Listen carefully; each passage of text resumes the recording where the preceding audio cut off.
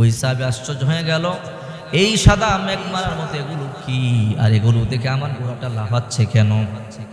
ওই সাহাবী সূরা কাহফ তেলাওয়াত করলেন।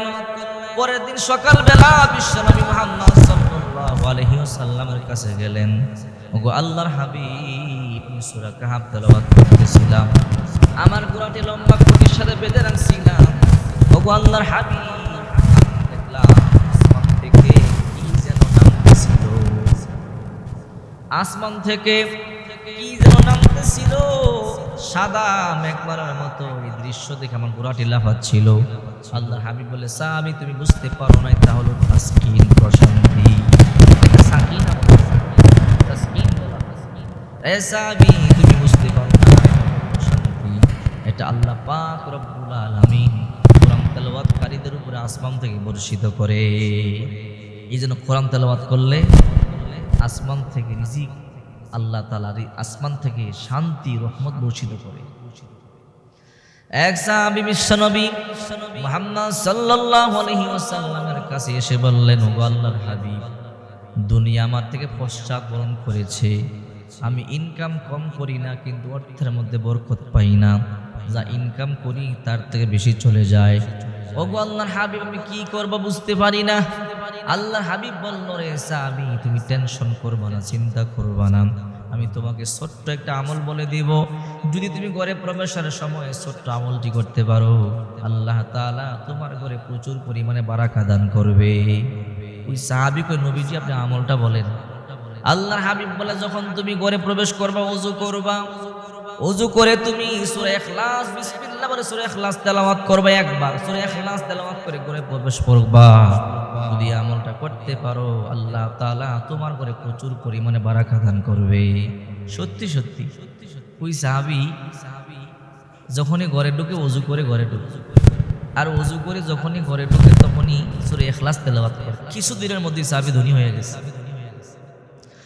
কিছুদিনের মধ্যে আল্লাহর হাবিবের কাছে গেল, ওগো আল্লাহর রাসূল, এখন আমার টাকার অভাব নাই, পয়সার অভাব নাই, আপনি আমাকে আমল বলে দিয়েছেন। ওগো নবীজি, আমি আমল করেছি, এই আমলের বদৌলতে আল্লাহ তাআলা এত সম্পদ আমারে দান করেছে, ওই সম্পদ দান করে শেষ করতে পারি না। যাদের ঘরে অভাব লাগে না, আরে অনেকের ঘরে তো অভাব লেগে থাকে, অশান্তি লেগে থাকে, দুশ্চিন্তা লেগে থাকে, টেনশন।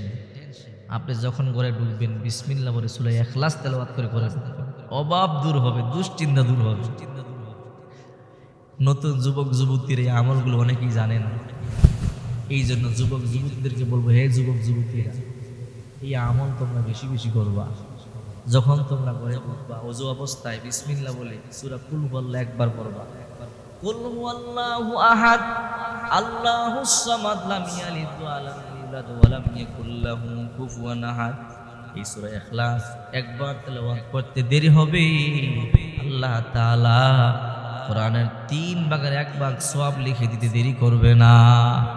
3 বার সূরা ইখলাস তেলাওয়াত করলে 1 খতম কোরআন পড়াবার সমান সওয়াব হয়। আবার আল্লাহর হাবিব বলেন, কোন বান্দা বান্দি যদি দৈনিক 10 বার সূরা ইখলাস তেলাওয়াত করে, আল্লাহ তাআলা তাকে তার নামে জান্নাতের মধ্যে একটা বালাখানা বানায়া দেয়।